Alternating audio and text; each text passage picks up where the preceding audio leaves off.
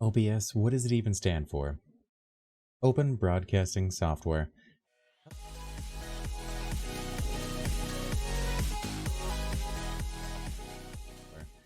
Hello, it's the Dibs with Streamerology, and we're coming at you with a basic tutorial to get you started on OBS Studios. It can be a little scary at first, but we're going to make it nice and easy for you. And before we get into the video, I want to remind everyone at 100 subscribers, we're going to be doing a $50 giveaway, so please make sure to hit that sub button, give us a thumbs up. And if you have any questions about streaming gear, streaming tech, or setup, let us know in the comments down below. I do stream every Wednesday and Friday at 4 p.m. Mountain Standard Time, and Saturdays at 12 p.m. Mountain Standard Time at twitch.tv/thedbss, and we hope to see you there. So we're gonna jump right into it here.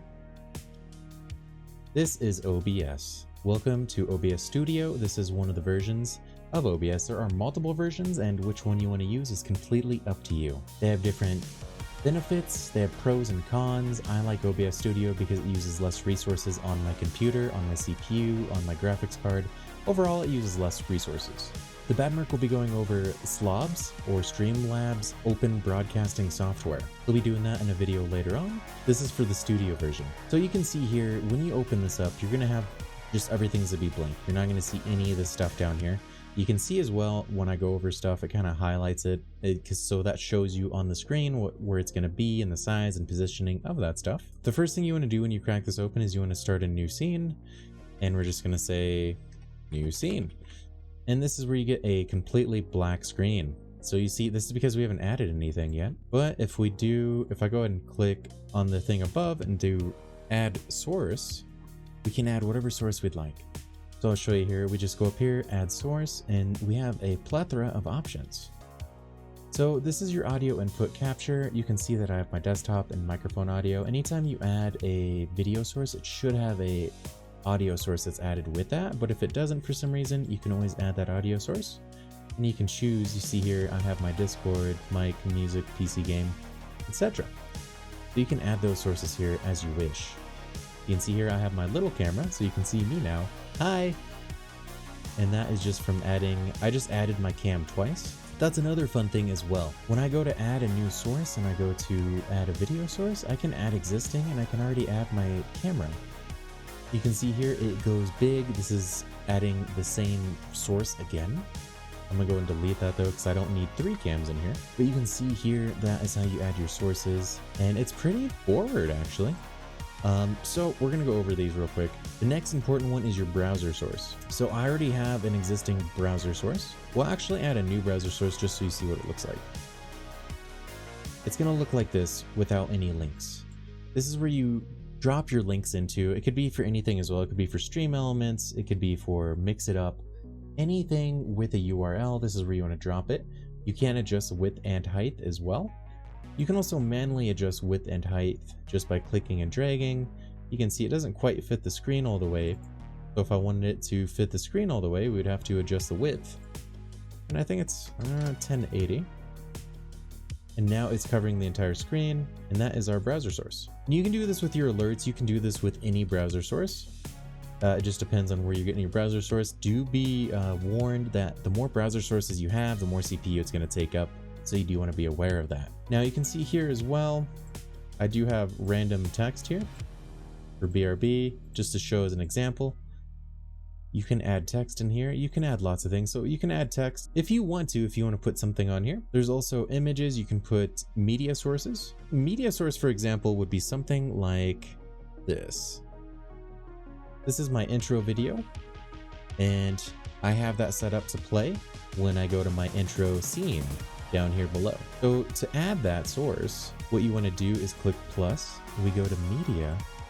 We have a media source. You click OK, and then you can search and browse for that media source. You can see this is my PC, but wherever you store or keep your media sources, this is where you want to go to find that file. You want to make sure to loop them, especially if it's like a GIF. You can add GIFs this way as well. You can add lots of different things. You can add GIFs as images. But anytime you're adding something that's animated, always make sure to look for a loop. You want to make sure that it loops. Otherwise, it'll just be a blank screen after it's finished. Or, you know, if you have a GIF, it'll only play for a certain amount of time and it disappears. So this also shows the speed of the GIF. We can change the speed of the video or GIF or whatever you're trying to add in here. I normally leave it at 100. And the next thing we're going to be taking a look at here is you can add your camera by adding a camera device. You see all my different cameras here. We also have window capture. So this is where I got my Elgato, my game on PC, left screen, window capture. So I have a left screen and a right screen. I set it up so you can capture the left screen or the right screen, and that's what I'm showing right now. Now to get into the settings itself, we take a quick look at the settings. You don't need to worry about general. We go to stream, you want to make sure you sign into your Twitch or whatever you might be using. Rest in pepperonis, Mixer. Goodbye, Mixer. You want to sign into your YouTube gaming, your Twitch. It has a lot of different options. You can show all. There is a lot of different streaming platforms. This has a lot of them on here already. And all I need to do is connect my account here. I sign in through my account. It gets authorized because Twitch likes safety like that. So it'll send me a text. I put in the text code and boom, we're connected.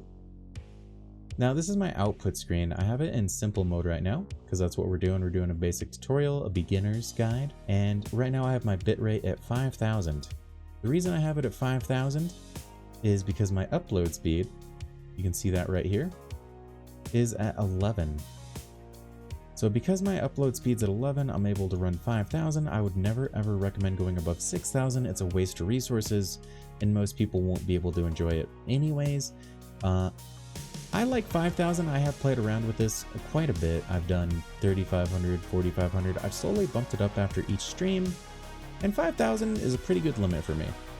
Now, regarding your internet upload speed, if it's between 5 and 6, I would recommend 3,500 or maybe even 4,000. You have to play around with that. I just Google search and test internet speed. That's how I got this number here. So when you're doing this as well, by the way, I wanted to mention that when I was on Mixer, when I was streaming on Mixer, my upload speed was a 5 and a 6, so I had this set to about 3,000 and it did just fine. Also, if you're streaming off your PC and you're also playing a PC game, you want to make sure you're using the CPU because it will drop frame rates if you're trying to use the GPU. Now, I typically like to use my GPU encoder because I have a 2080 Super and it does a very good job of streaming. It takes some of the pressure off the CPU, but if you have a beefy CPU, like for example, I have a Ryzen 9, I would recommend running the software, which is going to run off the CPU. You're not going to lose any frames when you're playing any video games. And then you can also change the audio bitrate to whatever quality. It's 160 is pretty good. 320 is probably the best of the best if you want to go that high. I would play around with this.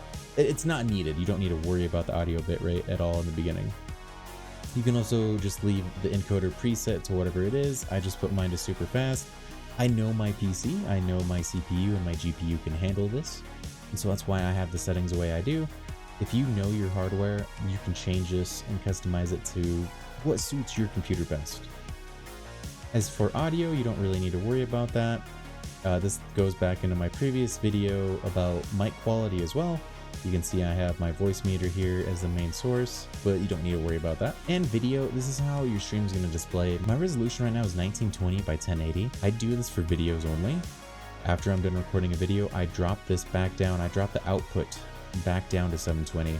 The reason being is a lot of people on Twitch are not going to be able to enjoy your stream at 1080. It doesn't give them the options to watch a stream at different speeds as well. So I would recommend doing the output at 720, and that allows them to change the output where it suits their internet speed best so they can view you easily. And just a fun tidbit here, you can do hotkeys. You don't really need a stream deck or anything fancy like that. You can do hotkeys, you can switch scene to. These are the ones you're gonna wanna use as a switch to scene. So you can set a hotkey to switch to the BRB screen. You can just pop a button on your keyboard, boom, you're back at the BRB screen. You can set a hotkey to go back to streaming, whatever your startup screen might be. Also, if you don't wanna do that, no worries, or if maybe you don't wanna use your keyboard, there's other options that are pretty affordable out there. You can look up Touch Portal, and that's going to be a way to use your phone as a stream deck. And if you guys would like, I can go over a video on that in the future, just a sweet and short video, how to use Touch Portal. It costs $10 for the application. You pay once, and you can turn your phone into a stream deck with unlimited keys. Alright, and I hope that makes you more familiar with OBS Studios. Hopefully it's less daunting and it's more straightforward for you. I know when I first opened it up, I was like, what is this stuff? I didn't know what to do. I was scared of it. I closed it down and went back to slobs, and my poor PC had to run slobs and use those resources. Hopefully this helps you out. If it does, if you have any questions, anything at all, just leave a comment down below. Like I said, give us a thumbs up. At 100 subscribers, we're doing a $50 giveaway. Be sure to hit that sub button for us, and happy streaming.